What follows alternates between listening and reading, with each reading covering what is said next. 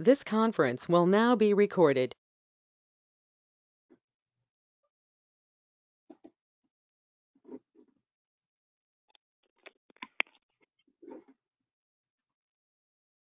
All right, I won't keep everybody waiting here. It's Friday, so happy Friday. Good afternoon.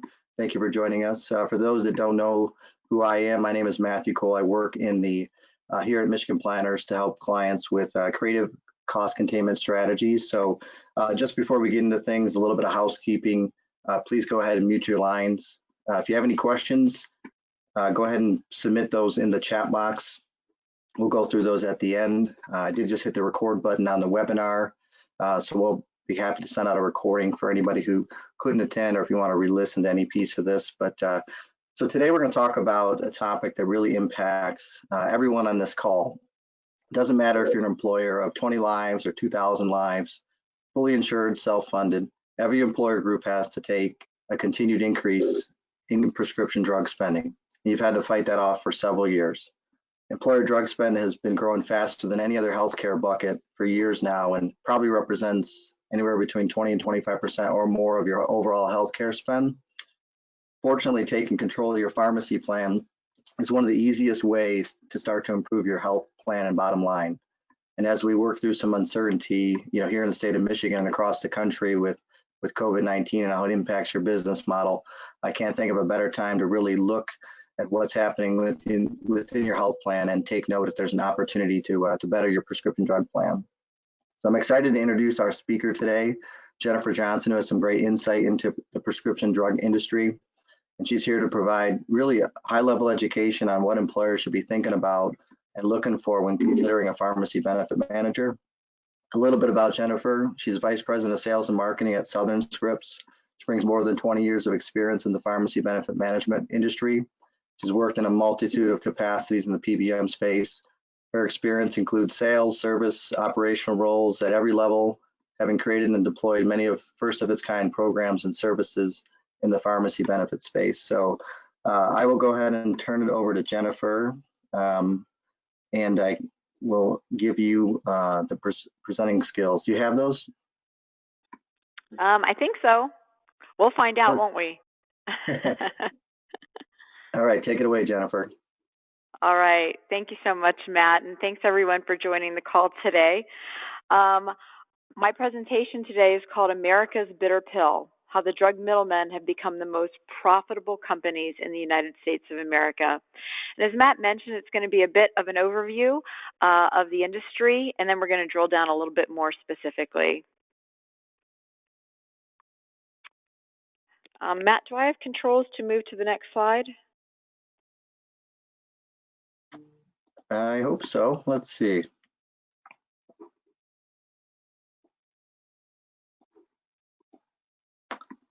You are the presenter, and we are looking at your screen. So. Okay. I apologize. It's not allowing me to go to the next screen. It's one thing we've had to learn to do from home, right? Is more webinars and more electronics. So let me know if I need to change anything on my end to help you out, Jennifer. Goodness.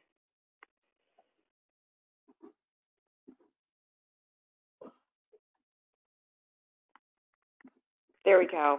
All right. Sorry about the technological difficulties. Perfect. So who are the drug middlemen? Specifically, they are the organizations who don't actually make the drugs, but they are part of the system that channels the drugs from the manufacturers to the patients who are using the medications. They include drug wholesalers like McKesson, Cardinal Health, AmerisourceBergen, pharmacy benefit managers, pharmacies who are dispensing the medications to the patients, and pharmacy benefit aggregators. I would call a pharmacy benefit aggregator perhaps an organization like RX Benefits who aggregates and resells the big three PBMs. You also have folks who are indirect drug middlemen, like PBM consultants, and even insurance companies, because when providing a full-service healthcare benefit to its members, insurance companies need to contract with a pharmacy benefit manager. But for today's presentation, we're going to focus specifically on pharmacy benefit managers. Now, this slide may shock some of you. It's an excerpt from the Drug Channel Institute's 2018 rankings of the drug channel companies. Some of this is going to be very shocking. CVS Caremark, I'm going to note first, is actually the 7th largest company in the United States of America. I don't think most people realize that. They are actually two different types of drug channel companies. They're both a pharmacy and a PBM. One step above them is McKesson, who I previously mentioned is a drug wholesaler. Their job is to buy drugs from the manufacturers and resell them to pharmacies. They're actually the 6th largest company in the United States of America. Their annual revenue per employee is $3.1 million. You can drop down and see AmerisourceBergen is the 11th largest company in the United States of America, and unbelievably, their revenue per employee is $7.9 million. Now, why do I think this is important to share with you? Well, most of Washington, D.C. and others are pointing the finger at the drug manufacturers for the high cost of prescription drugs, and I think we can all agree that they have some culpability in the matter. The manufacturers are so much further down on the Fortune 500 list versus the drug channel companies. As a matter of fact, the first pharmaceutical manufacturer to make this list is Johnson & Johnson at number 97.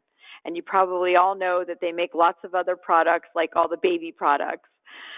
The first pharmaceutical manufacturer only to make this list is Pfizer at number 173. Now, what exactly is a PBM besides what I call it, the perfect business model? A PBM is a drug middleman. Generally speaking, they're the organization who contracts with the pharmaceutical manufacturers for rebates and with the pharmacies for discounts on the medications that the pharmacy dispenses.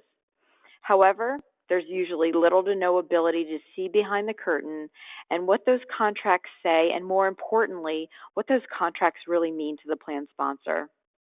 PBMs first appeared on the healthcare scene in the late 1960s, and the very first PBMs to market had a very simple business model where they provided an ID card to the member and a discount off the dispensed medications at the pharmacies, for which they charged the plan a transaction fee.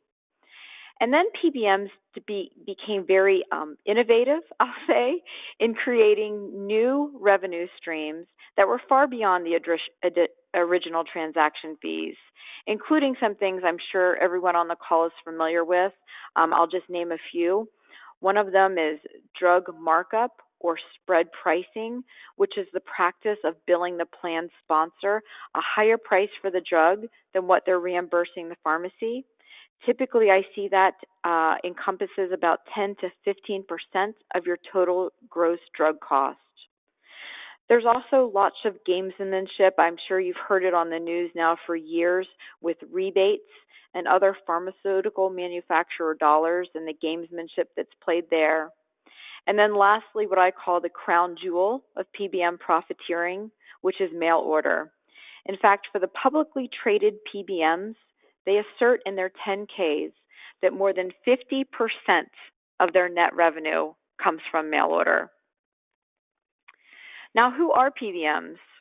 In PBM speak, we refer to Express Scripts, Caremark, and Optum as the big three, as they manage more than 75% of all prescription claims processed in the United States. And I'm not just talking commercial, I'm talking about Medicare, Medicaid, EGWIP programs, discount card programs. It's more than 75% of all those prescriptions. I would consider all of these PBMs listed above traditional model PBMs, and I'm going to explain what I mean by that in the next slide. There are generally two types of PBMs in today's marketplace, with a few PBMs finding their place somewhere in between. First, you have the most popular, the traditional PBM model, and about 90% of all plans are contracted with a traditional PBM model.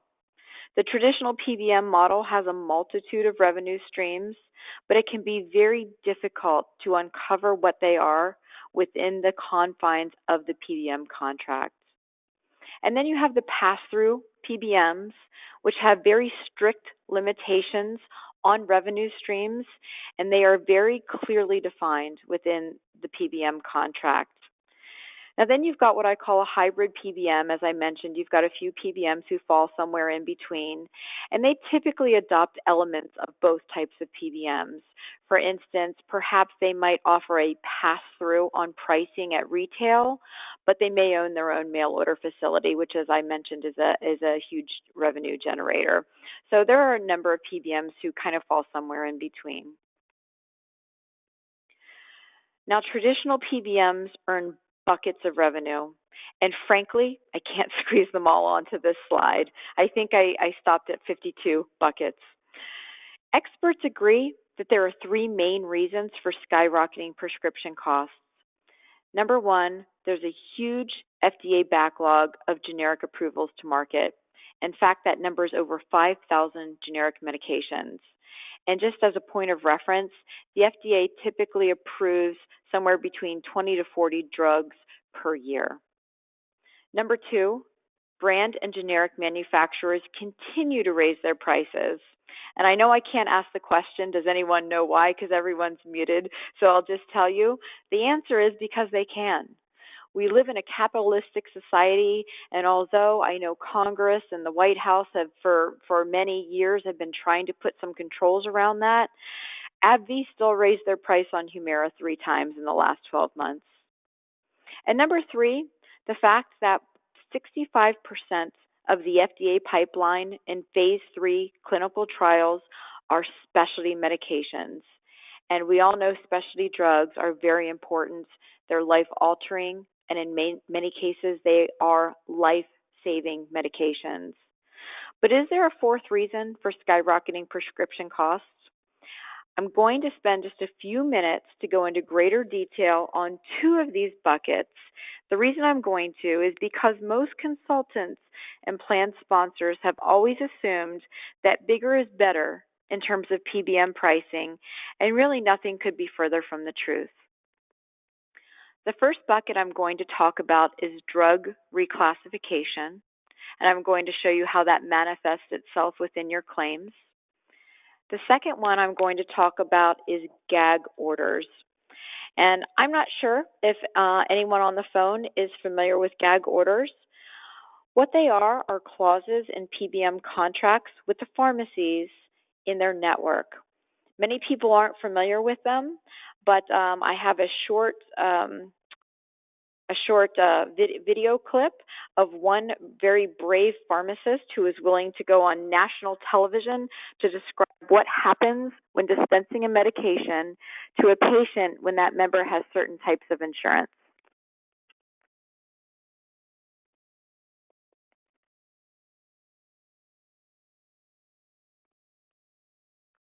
Now to an NBC News investigation that could save you some money. Most people believe that when you use insurance to pay for a prescription drug, especially a generic drug, you're getting a good deal. Certainly a much better deal than if you bought the drug without insurance. But our team found that's not always the case. NBC's Ann Thompson reports tonight on prescription price secrets. In small-town Magnolia, Texas. Hey, how are you? Good. How are you doing? Steve Hoffert loves to talk to his Houston area customers. But there are some things this neighborhood pharmacist says he can't say. How hard is it to keep your mouth shut when you see somebody overpaying for a drug? Oh, it's very difficult. I mean, as a pharmacist, I'm here to take care of patients, and yes, it's extremely hard to see a patient spend more than what they really should be. How does this happen? Take the cholesterol drug simvastatin. The patient's copay is $42.60. Hoffert's price for a patient paying without insurance, $18.59. A $24 difference he says he can't divulge because of the gag clause. So just to be clear, there are instances where you cannot tell the patient there's a cheaper alternative. Yes. It's in the contract language saying that we are not allowed to divulge that information. It's proprietary and we cannot share it. Pretty crazy stuff. Let me toggle back over to our presentation. All right. Now, I'm sure everyone on the call has seen a spreadsheet similar to this one. In fact, I took this one from a Southern Scripts proposal. And understand that for years, this spreadsheet with guaranteed discounts off of the average wholesale price has been the go-to for picking the lowest cost PBM. However, what I'm going to show you is that if you allow the PBM to creatively define brand and generic drugs, you can't possibly know what you're going to be paying for those drugs. There was an article written about 10 years ago by a very smart lady named Linda Kahn, and although it's 10 years old, it still has absolute application in today's marketplace. The article is pretty long and comprehensive, and I've broken it down into some very small bullets here for you, but it talks about PBMs having the ability to reclassify brands as generics and generics as brands. And to most people, that probably seems very surprising. You would think a brand drug is a brand and a generic is a generic. And it's not so in a PBM contract. So what I wanted to show you is some of that language that you might find in your PBM contract and then how it manifests itself in your actual claims utilization. So the first one talks about a brand drug being a single source or multi-source prescription drug that is designated by the administrator as a brand drug. Well, in this case, the administrator is your PBM. They're not using any nationally recognized source as identifying a brand drug. Another PBM has stated that a brand drug means a drug that is not a generic drug. Well, that sounds obvious, but you're still not looking at any nationally recognized source until you get to bullet number 3. Where it says brand drug shall mean any drug as identified by PBM using the Medispan Master Drug Database indicators, which is fantastic. That's what every PBM should always use to determine brand and generic and nothing else. Except this PBM gave themselves a little extra leeway, and I highlighted or indicators provided by another nationally available reporting service of a pharmaceutical drug information. So it's not identified what it is, and it gives the PBM the flexibility to move those prescriptions back and forth between brand and generic. Now, why would they want to do such a thing?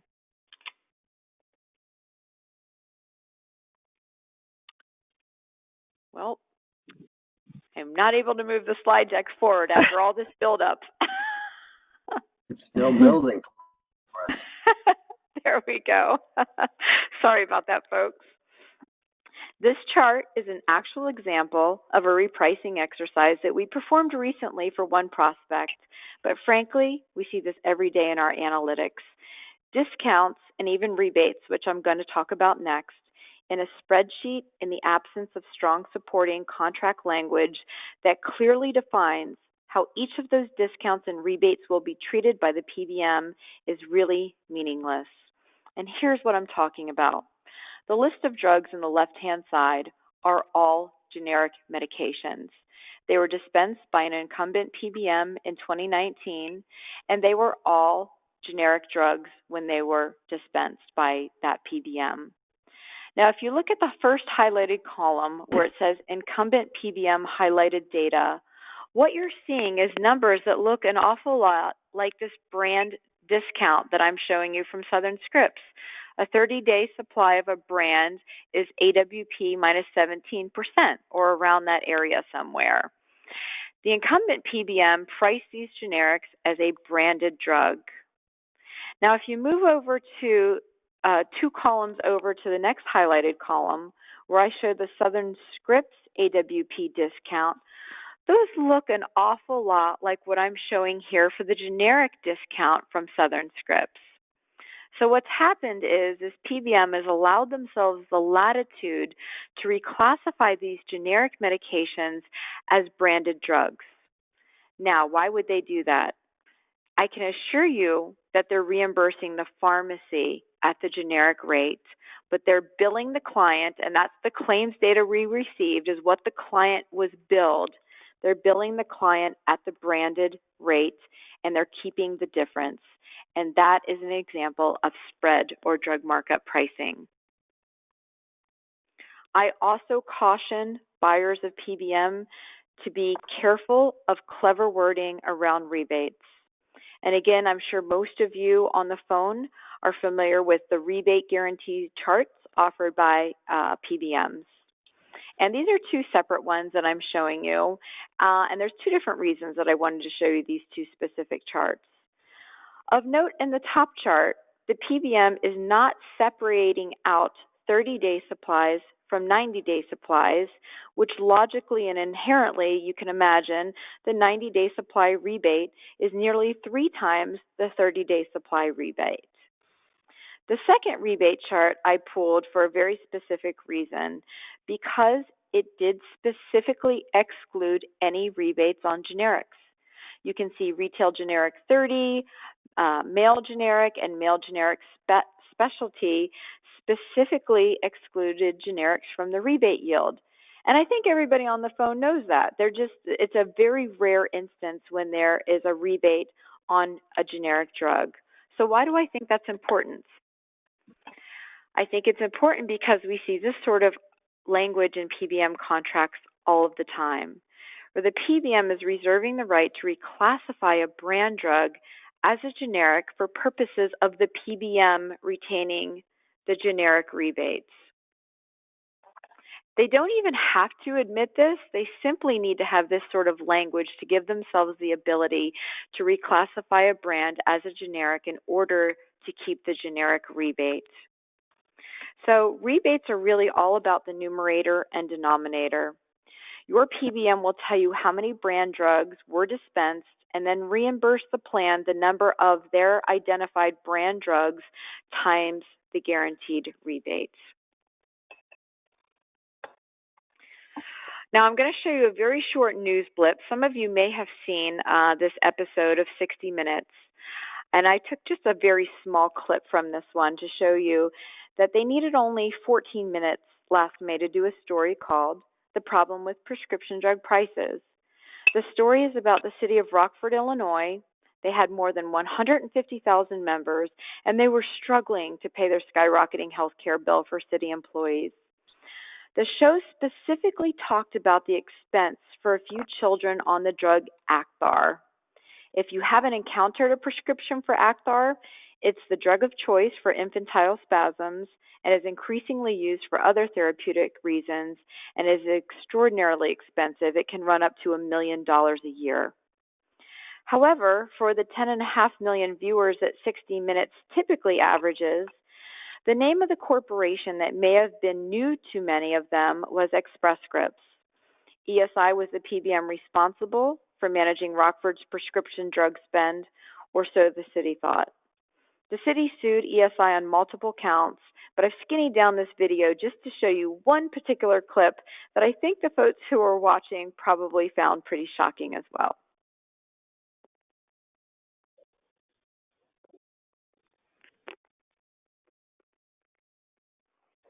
So we have an email from Express Scripts, and they say that they don't think there's a conflict of interest, and that Express Scripts does not set the price for medication. That's their response. We contracted with them for cost containment. They didn't do it. But in the Rockford lawsuit, Express Scripts has denied any wrongdoing, and in its motion to dismiss, argues it was not contractually obligated to contain costs. Now, I don't know about the rest of you on the phone, but that is flabbergasting to me. Really, folks, a plan sponsor hires a PBM basically for two reasons.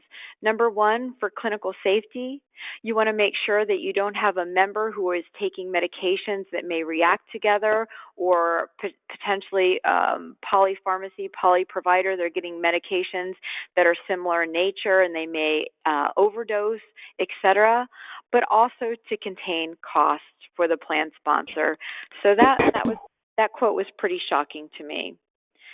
Which really begs the question, can PBMs and plan sponsors ever truly be aligned? Well, what if there was a PBM that contractually warranted that their sole source of revenue was their administrative fee? Wouldn't that PBM inherently have the plan sponsor's best interest in mind? And so Matt told me I can do a little bit of a sales pitch, so I'm going to talk for a few minutes about Southern Scripts before we go into questions. So at Southern Scripts, we wanted a PBM that worked better. We couldn't find one out there. Our founders are actually clinical pharmacists who owned the largest retail pharmacy in the state of Louisiana for several generations, and they felt like their hands were tied in assisting members and plan sponsors in their community on the call, yeah. to really help them drive down the cost of prescription drugs. They couldn't find one, so we created our own. No, no. Well, their start. At Southern Scripts, we have 4 basic pillars to our business model. Number 1, we contractually warrant that we are 100% pass-through on all pharmacy transactions. That means what we bill our clients for pharmacy claims is exactly what we're reimbursing the pharmacies. Number 2, we contractually warrant that we are 100% pass-through on all monies from pharma, including rebates. The reason we say all pharma monies is because, as I mentioned, there's a lot of gamesmanship that goes on between PBMs and pharmaceutical manufacturers. We lump it into one bucket, and any monies that come back from the pharmaceutical manufacturers, we pass back to our clients 100%. In fact, as far as I know, we may be the only PBM in the nation who warrants those monies down to the drug level. So when you receive your rebate check from Southern Scripts, it doesn't just say fourth quarter 2019. We'll detail out, for instance, Humira, $959. Number 3, we are fully auditable to the claims level, including all claims. And the difference between that and what you might typically see is that most PBMs only allow you to audit to your contract, meaning what they've billed you, and never what they've reimbursed the pharmacies. We give our clients full access into not only what we have billed them, but what we have reimbursed the pharmacies, so they know for certain that we are 100% pass-through. And the 4th pillar of our business model, and I think really the most important pillar, is that we charge a single administrative fee, and we contractually warrant that that is our sole source of revenue. We don't charge for clinical management programs, any customization of the formulary. We don't charge for integration with third parties. We don't charge for an hourly fee for reporting, as you see so many times. It's all included in one fee, and you know exactly what it's going to be, and there's no surprises. On top of our base model of absolute pass-through and transparency, we add a few really interesting programs.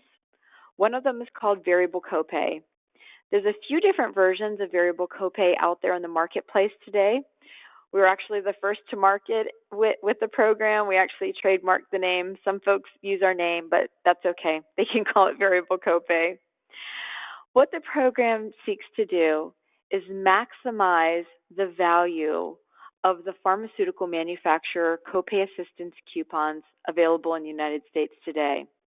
The fact of the matter is that there's more than 2,000 of those coupons in circulation in the U.S., but the manufacturers make them so difficult to access that less than 3% of those coupons are ever used. So in my first example here, I'm showing you a $2,500 drug where the member is unable to access the coupon. They have a $500 copay, which they pay, and the plan sponsor is left with a $2,000 payment. On the second line, what I'm showing you is what may happen if a member is able to access the coupon with most other PBMs, and if the pharmacy is able to process the coupon, and lastly, if the PBM allows the coupon to process, the member typically pays $0, but the plan is still left with the $2,000 liability for the drug. Now, many PBMs have publicly stated that they will not report the true out-of-pocket back to medical, which in this case was $0, and that they will be reporting that there was a $500 payment by the member for that particular medication, which we know that there wasn't, and it really dilutes the whole intention of the accumulator program. What I do differently at Southern Scripts is that I know that the full value of that coupon is $1,000. So it's going to look like to the member as if they had been able to access the coupon, which they don't have to. We manage them in-house ourselves. and we'll zero out their copay as if they had accessed the coupon on their own. But then I still have $500 left on that coupon that I use to reduce the plan sponsor's liability from $2,000 down to $1,500. And we always report the true out-of-pocket back to medical, which in this case was $0. On the next slide, I'd like to show you a few examples of this in what it looks like for a particular prospective client. I'm sure you've probably heard of most of the drugs that I have listed here. You see commercials for them on television all the time: Humira, Enbrel, Otezla, Lantus. Those are probably names that are all familiar to you. And what I'm showing you is what this particular client paid their incumbent PBM for those medications. As an example, for Humira, they paid a total of $295,837, which came out to be about $5,581 per prescription. We ran those claims on the same date through our variable copay pharmacy, and you can see that what they would have paid had they been a Southern Scripts client at the time was $4,492 for those Humira prescriptions, for a total savings of $1,089 per prescription. And for this particular client, savings on Humira was just over $57,000. I did want to point out the last drug, line number 15, as well. This drug is called Stresnik, is for a rare metabolic disorder, and it is one of those life-saving drugs. The patient had to be on this medication or they would perish. They were paying their current PBM $141,000 per month for this medication. And there's actually a $40,000 per month coupon available on this drug. So by moving this client from their current PBM to Southern Scripts, we were able to save them $40,000 per month on one medication. Now, frankly, this opportunity came to us from a reinsurance carrier. And as you can imagine, a program like variable copay has a lot of effect on stop-loss insurance. Many of them do provide discounts for utilizing Southern Scripts up front because of the multitude of ways that we utilize to save our clients money.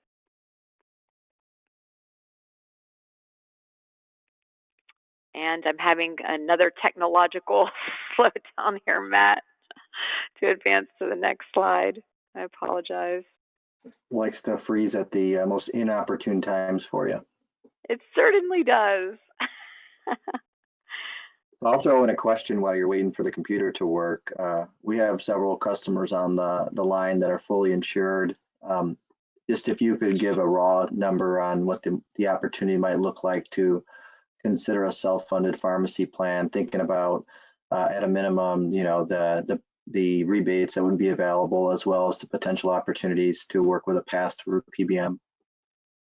Yeah, that's a great question. In terms of an analysis, we can typically take any data that you have. One that most fully insured prospects can obtain is the top 25 drugs by cost.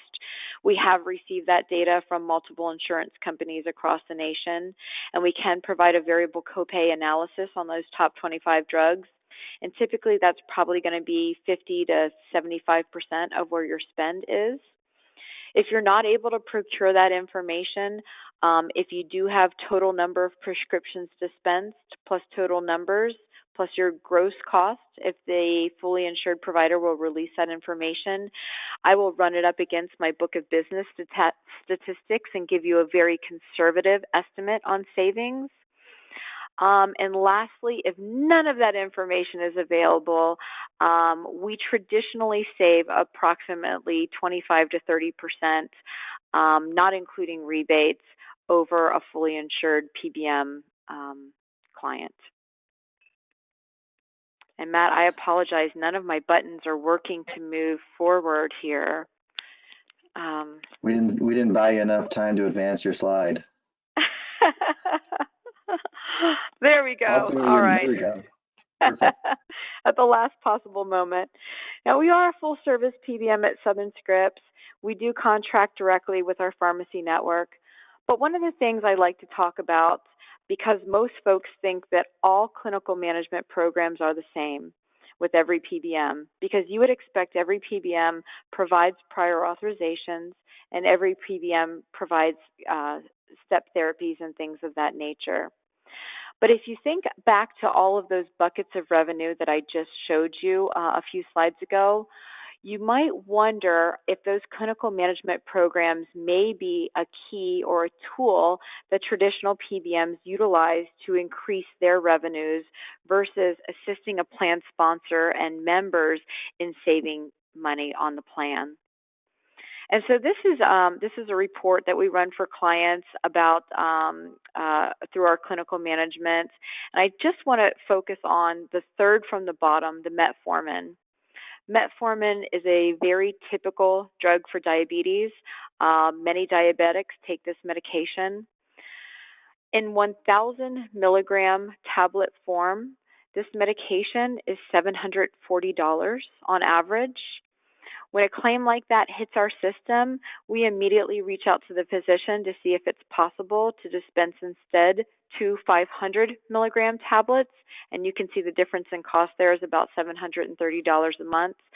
We rarely run into a situation where a physician says no, they need to take it once a day instead of twice a day. And then that way we're working with the physician, which always, of course, helps the members when their physicians are saying, yes, we absolutely agree with this, moving from 1,000 milligrams to 500 milligrams. Now, what happens when you give the PBM the opportunity to not do that? This particular group was 600 members in Southern California, and I reviewed their claims one year.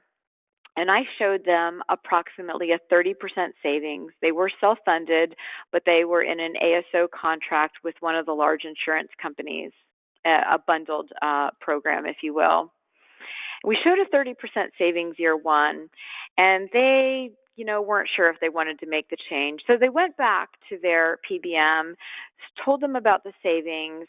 The PBM said, we love you guys. We don't want to lose your business.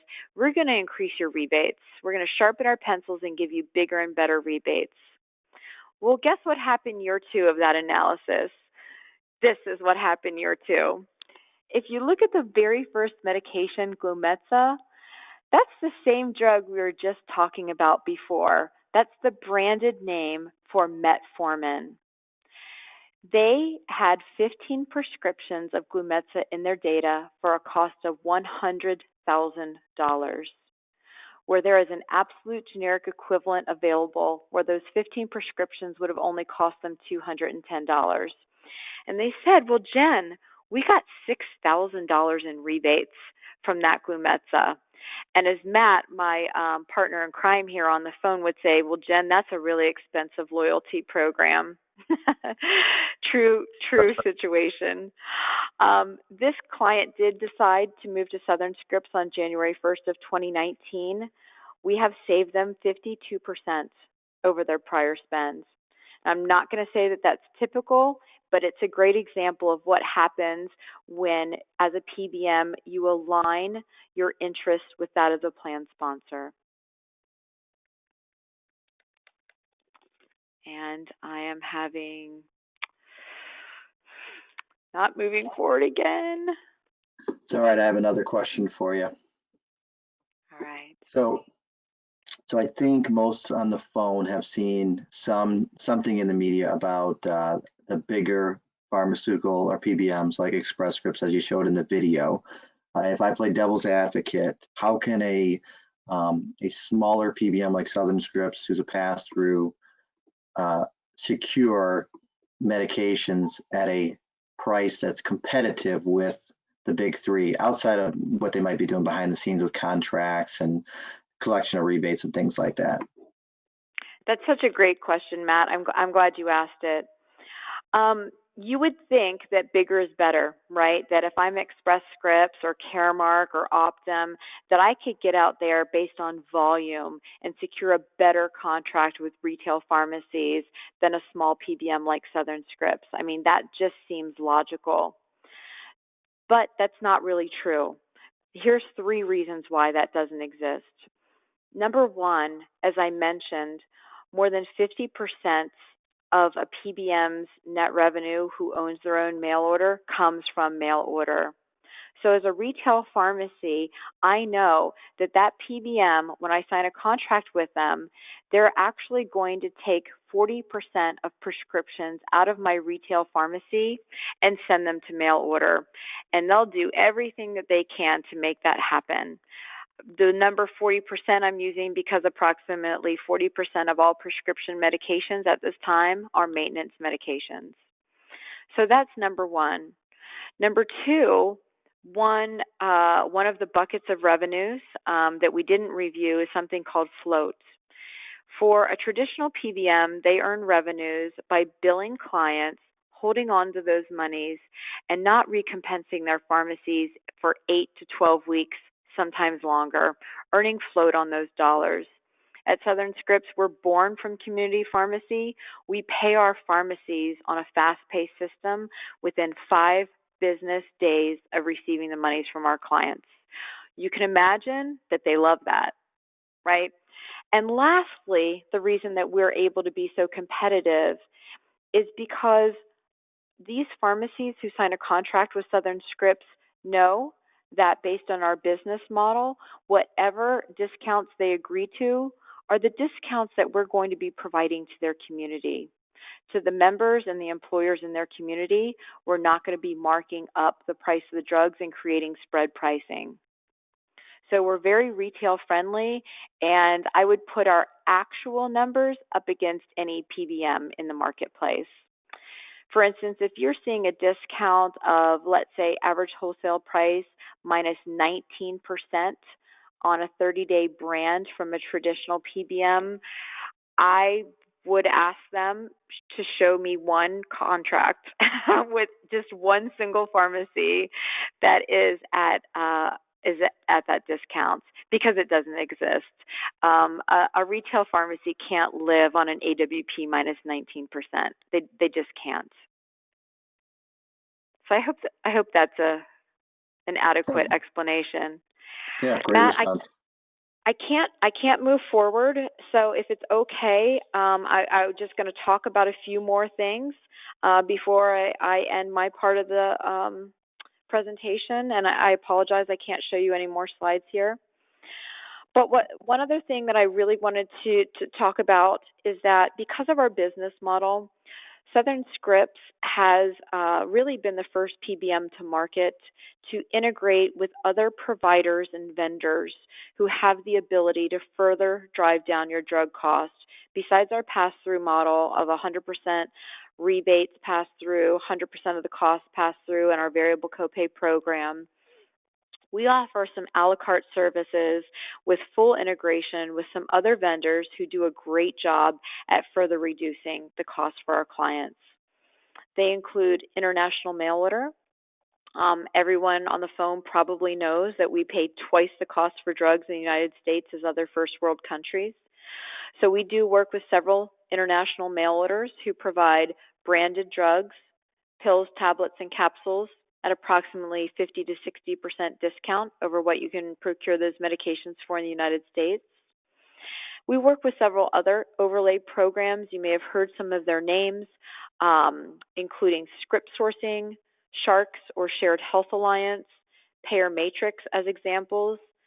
And those organizations focus on foundations, charities, sometimes working with household income for certain prescriptions with certain manufacturers to be able to procure those expensive branded and specialty medications at no cost to the member and the plan. And each manufacturer is different. For instance, Merck is very easy to get free drugs from, whereas some other manufacturers make it a little bit more difficult. So we've built an electronic interface with those different organizations so that we can maximize the value of them to our clients. And then just one other thing that I wanted to mention about Southern Scripts. We service hospitals to horsemen, shipyards to schoolyards, and everyone in between.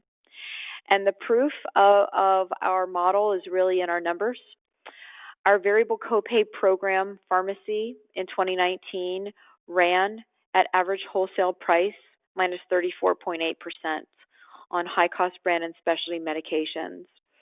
And I would say if you have an awesome contract with a specialty pharmacy, you're running at average wholesale price minus 18%. That's a really good contract. But our pharmacy ran at almost twice that. And the other great indicator about what we're doing is really working for our clients is our specialty drug trends. Most of the publicly traded PBMs have already, every year, they release their specialty drug trends. I haven't seen any of them in the single digits this year. They've all been in the double digits. I've seen one as high as 22% specialty drug trend. Our specialty drug trend last year is the highest it's ever been, which is 3.3%. All those years up to that have been less than 3% as our specialty drug trend, and that's really where the rubber meets the road for most of our clients, is mitigating those high-cost brand and specialty medications. And I apologize for the technological problems we had, but thank you for bearing with me. Yeah, so Jennifer, how long has Southern Scripts been around, and what kind of membership are you guys at today, and future plans for growth? Can you close out with that? And then folks on the phone, I'll just share my screen as she's talking to talk about next week's webinar. Yeah, absolutely. So we started building Southern Scripts in 2009, and we deployed our first client April 1st of 2011. We currently manage about 500,000 members. We do expect to be at least 750,000, if not 1 million members by the end of this year. We did grow our business 60% last year. Our name kind of really got out there, and folks were really frustrated with the skyrocketing prescription costs that they were paying, and were looking for somebody to really help mitigate those costs. And we've got a 99% client retention rate, and we've got approximately 230 employees and growing. We're based in Natchitoches, Louisiana, and we have a secondary office in Charleston, South Carolina, and the rest of us are spread throughout the country. Well said. So folks, I won't keep you too much longer on a Friday afternoon. Just if you can see my screen, that we have a webinar next Friday on May 15th from 1 to 2 p.m. This is not a telemedicine solution. I'll just start there, right? There are a lot out there, and we actually have one on our webinar list. ACO's telehealth will go well beyond telemedicine. They really I would think of them as more of a hybrid solution. If you've ever thought about on-site clinics or direct primary care for your organization and thought that it's just too expensive to maybe launch something like that, the folks at ACO's telehealth have come up with some pretty viable, cost-effective solutions, not only to help healthcare spend, but just important injuries related to workers' compensation and things like that. So I will go ahead and close the discussion out this afternoon. I hope everybody has a great weekend. And Jennifer, appreciate your time. Thank you for presenting. Great job. And folks, have a great weekend, and we'll talk to you soon. Thank you. Bye-bye.